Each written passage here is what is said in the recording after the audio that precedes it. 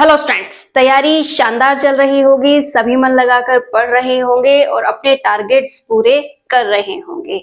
जब भी टारगेट शब्द आता है तो हमें ये कहा जाता है कि अगर आप पढ़ रहे हैं तो एक टारगेट लेकर पढ़िए कि आज का टारगेट ये है, इसे मुझे कंप्लीट करना है ताकि मैं अपने लक्ष्य तक पहुंच सकूं।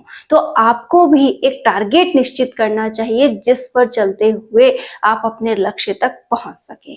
जैसा कि अगर हम अब जो थर्ड ग्रेड होने वाली है 2026 में, जिसका पेपर है, जिसकी तैयारी आप लोग कर रहे हैं, पूरे 6 महीने आपके लिए बताए जा रहे हैं कि टोटली 6 महीने हैं, इनमें आप तैयारी कीजिए और तैयारी को करते हुए आप एग्जाम क्लियर कर सकते हैं। लेकिन अगर ये तैयारी इतनी ही आसान होती तो हर कोई थर्ड ग्रेड लग जाता, ठीक है। तो क्यों ना हम इस तैयारी को कुछ अलग तरीके से करें, कुछ अच्छा सोच के करें, इसमें कुछ इफेक्टिव करें और अपनी तैयारी को शानदार बना लें।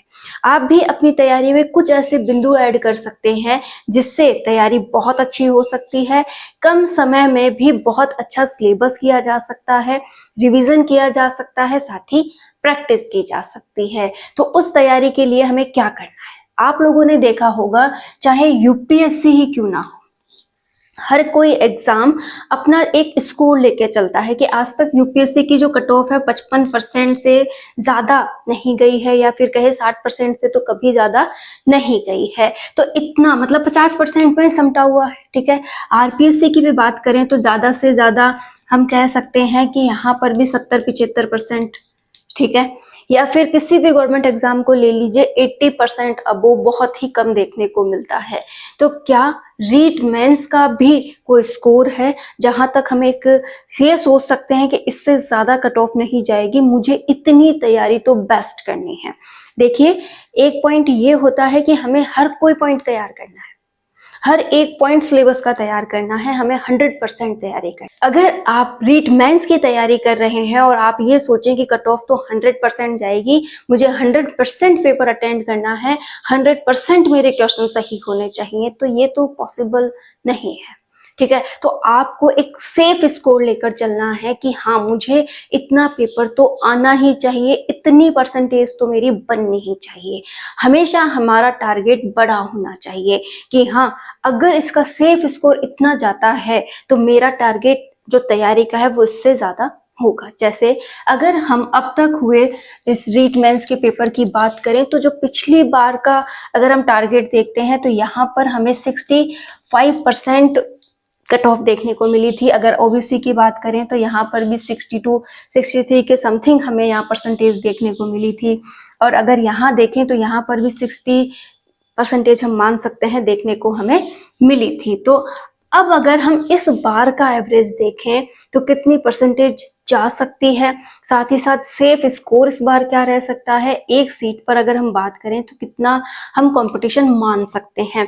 देखो, मानना ही पड़ेगा क्योंकि अभी तक न तो फॉर्म निकले हैं, न फॉर्म भरे गए हैं, न ही अभी तक इसके बारे में कोई ज्यादा डिटेल हम निकाल सकते हैं। लेकिन एक मापदंड हमें जरूर करना चाहिए ताकि हम हमारे कंपटीशन को जज कर सकें, एक सेफ स्कोर लेकर चल सकें कि हाँ, इतनी तैयारी तो बेस्ट होनी चाहिए।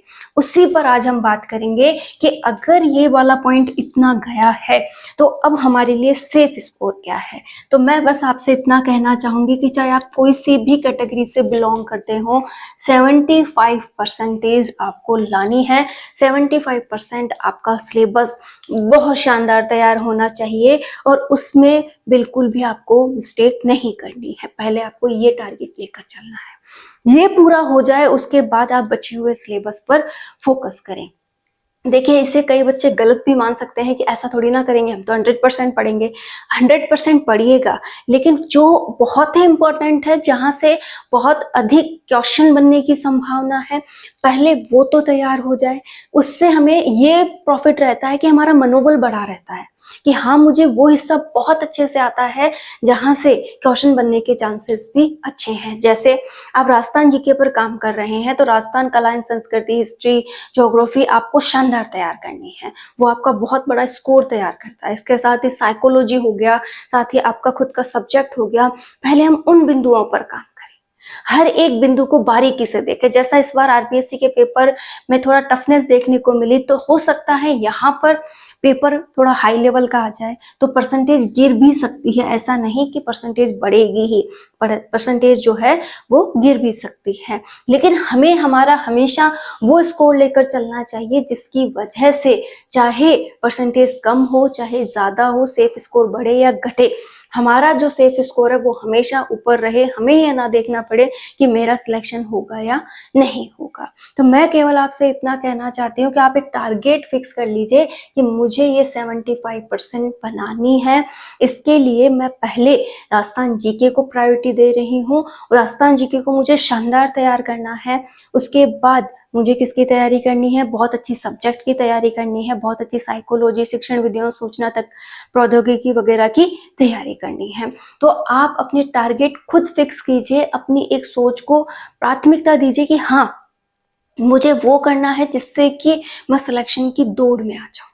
अब आपको यहाँ से मैं केवल एक सरसरा सा एग्जाम्पल यहाँ दे सकती हूँ कि अगर हम यहाँ पर जो सीटें आने वाली हैं, चाहे वो 10,000 आए, चाहे वो 20,000 आए या फिर वो कितने भी संख्या में आए, हमें हमारा कंपटीशन लेकर चलना है कि मुझे मिनिमम एक सीट पर 35 से 45 बच्चों का कंपटीशन मिलेगा। कि एक सीट पर जो कंपटीशन है वो कितना है, 35 से 45 के बीच में हो सकता है। ठीक है, तो अगर इतने बच्चों के साथ मुझे compete करना है तो मैं ये मान लेती हूँ कि मुझे 50 बच्चों में श्रेष्ठ आना है। ठीक है, 50 बच्चों में श्रेष्ठ आना है मतलब वो ऐसे तो है नहीं कि भाई पहली क्लास के बच्चे हैं उनमें से मैं इजीली श्रेष्ठ आ जाऊंगी, ऐसा नहीं है। वो भी मेरे ही लेवल के स्टूडेंट्स हैं। अब मुझे उनसे पहले निकलना है और 75% बनानी है, तो मुझे क्या करना होगा, पहले उन बिंदुओं को प्राथमिकता देनी होगी जहां से क्वेश्चंस अधिक बनते हैं। ठीक है, तो आप राजस्थान जीके को पहले पढ़ना स्टार्ट कीजिए, राजस्थान पर अपनी पकड़ बनाइए, अपने सब्जेक्ट पर अपनी पकड़ बनाइए और साइकोलॉजी वगैरह पर अपनी पकड़ बनाइए। अपने टाइम को डिवाइड कीजिए, मैंने कल भी इस पे बात की थी कि आप 10 घंटा मिनिमम अब निकालना स्टार्ट कीजिए। अगर आप ये 6 महीने पूरी तरह से इस पे खर्च करते हैं, अपने 10 घंटे इस पे खर्च करते हैं और 10 घंटे इफेक्टिव होने चाहिए, आउटपुट आना चाहिए, तो आप ये स्कोर ले सकते हैं।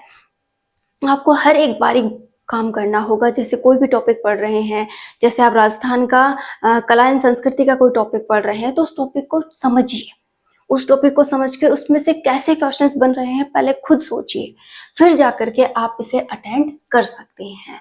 तो आज बस केवल इतना छोटा बिंदु मुझे आपको समझाना है कि आपको टारगेट लेकर चलना होगा कि हाँ मेरा टारगेट है, मैंने अपने खुद के लिए एक लिमिट बना ली है, मुझे पहले इस लिमिट पे काम करना है कि मैं इससे नीचे बिल्कुल भी अपनी तैयारी को नहीं आने दूंगी। कि 3rd ग्रेड की मुझे तैयारी करनी है जिसका सेफ स्कोर मैंने रखा है 75%। मुझे 50 बच्चों से कंपटीशन करना है और इस 50 बच्चों से मुझे श्रेष्ठ आना है, इनमें टॉप करना है। अब टॉप करना है तो मुझे हर एक बिंदु पर काम करना होगा, हर एक दिन अपना इफेक्टिव बनाना होगा कि आज का दिन गया तो इसमें से मैंने क्या पढ़ा, क्या मैंने तैयार किया, कितने क्वेश्चंस मेरे तैयार हुए, कितना आज का जो टॉपिक था वो मेरे लिए याद है। ठीक है, उसमें से मैं कैसे अपने समराइज क्वेश्चंस बना रही हूँ। मतलब आपको अपने ऊपर काम करना होगा। आप जितना अच्छा कर सकेंगे उतना ही आप कंपटीशन की लाइन में सबसे आगे हो जाएंगे। यहाँ पर बहुत ज्यादा कंपटीशन है, लेकिन जीतेगा वही जो पूरी मनोदशा के साथ, जीतेगा वही जो पूरी ईमानदारी के साथ यहाँ तैयारी करेगा, अपने आप को हमेशा सही मानकर चलेगा कि हाँ मेरी तैयारी सही है, मैं जीत सकती हूँ, मैं बहुत कुछ कर सकती हूँ, मेरा भी लक्ष्य प्राप्त किया जा सकता है। एक तो विश्वास मत करने दीजिए, दूसरा अपनी तैयारी को सही दिशा में रखिए, ध्यान बिल्कुल मत भटकने दीजिए, सोशल मीडिया से थोड़ी दूरी बनाए रखिए और जितना हो सके इम्पोर्टेंट काम के लिए ही फोन का यूज करें। आपको जो थ्योरी समझ में नहीं आ रही है वही थ्योरी आप फोन के माध्यम से पढ़ें, अदरवाइज जितना हो सके बुक पर विश्वास करते हुए बुक से तैयारी करें और बुक भी अच्छे लेवल की लें ताकि उनसे पढ़कर आप बहुत अच्छा स्कोर कर सकें। आपको केवल एक काम ये करना है कि अपने टारगेट्स पूरे करने हैं। जो भी पर डे का टारगेट बनाए कि आज का टारगेट राजस्थान जीके का ये टॉपिक है, सब्जेक्ट का ये है और साइकोलॉजी वगैरह का ये वाला टॉपिक। तो इन तीनों टॉपिक को मुझे कंप्लीट करना है, चाहे कैसे भी करो मुझे तैयार होने चाहिए। इनको समझ में आकर मुझे इन पर क्वेश्चन भी खुद ही बना कर देखने हैं कि हाँ यहाँ से ये क्वेश्चन बन सकता है। देखो बनाने से मतलब ये होता है कि जो भी थ्योरी आपने पढ़ी, जो भी इंपॉर्टेंट लाइंस आपने पढ़ी, वो एक क्वेश्चन के फॉर्म में अगर होती तो कैसी होती, वो आपको माइंडली खुद तैयार करनी है। इससे आपका माइंड भी एक्टिव रहता है, चीजें भी आपको बहुत अच्छे से याद होती हैं और आप बहुत अच्छा पढ़ पाते हैं।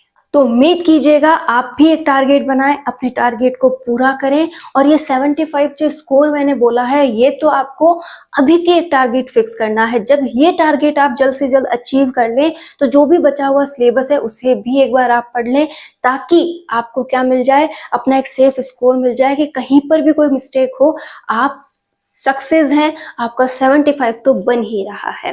नेगेटिव मार्किंग है ये भूलिएगा मत, इसलिए जो भी पढ़ें विदाउट डाउट पढ़ें। आपका एकदम क्लियर होना चाहिए कि ये पॉइंट मैंने पढ़ा है तो ये मुझे आता है। अगर इस तरीके की पढ़ाई करेंगे तो आप भी सफल हो सकते हैं। अपने आप को प्रूफ कीजिए, और प्रूफ कब होगा, जब आपकी मेहनत सही दिशा की हो।